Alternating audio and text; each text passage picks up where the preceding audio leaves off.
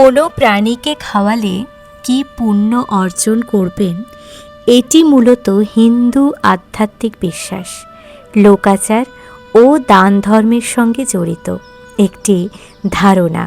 শাস্ত্রে সরাসরি এইভাবে তালিকা না থাকলেও বহু যুগ ধরে মানুষের মধ্যে একটি বিশ্বাস গড়ে উঠেছে যে অবলা প্রাণীকে আহার করানো মানে ঈশ্বরের সেবা করা। কারণ প্রতিটি প্রাণীর মধ্যেই, প্রতিটি জীবের মধ্যেই ঈশ্বর বিরাজ করেন।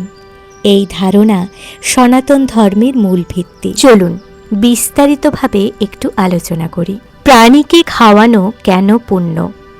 হিন্দু দর্শনে বলা হয় জীবে দয়া শিব সেবা, অর্থাৎ জীবের প্রতি দয়া করা মানেই ভগবান শিবের সেবা করা। আবার ভগবান বিষ্ণুর ক্ষেত্রেও একই ধারণা, তিনি প্রতিটি জীবের মধ্যেই বিরাজমান। তাই ক্ষুধার্ত প্রাণীকে খাদ্য দেওয়া মানে শুধু দান নয়, এটি এক ধরনের পূজা। কুকুরকে খাওয়ানো শত্রু ও ভয় থেকে মুক্তি। লোকবিশ্বাস অনুযায়ী কুকুরকে খাওয়ালে শত্রুর ভয় কমে, অশুভ শক্তি থেকে রক্ষা পাওয়া যায়। কুকুরকে অনেক সময় ভৈরবের বাহন হিসেবেও ধরা হয়, তাই তাকে খাওয়ানো মানে দেবতার কৃপা লাভ করা। কচ্ছপকে খাওয়ানো। কচ্ছপকে খাওয়ালে ধন ও সম্পদ বৃদ্ধি হয়, জীবনে স্থিরতা আসে, কারণ কচ্ছপকে কূর্ম অবতারের প্রতীক ধরা হয়। গরুকে খাওয়ানো মানসিক শান্তি ও পুণ্য অর্জন হয়। গরুকে হিন্দু ধর্মে গোমাতা বলা হয়।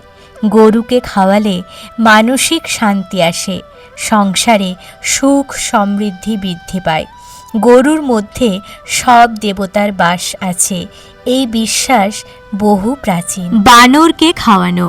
বিপদ থেকে রক্ষা পাওয়া যায় বানরকে খাওয়ালে। দুর্ঘটনা ও বিপদ থেকে রক্ষা পাওয়া যায়, কারণ বানরকে হনুমানের রূপ হিসেবে মানা হয়। মাছকে খাওয়ানো।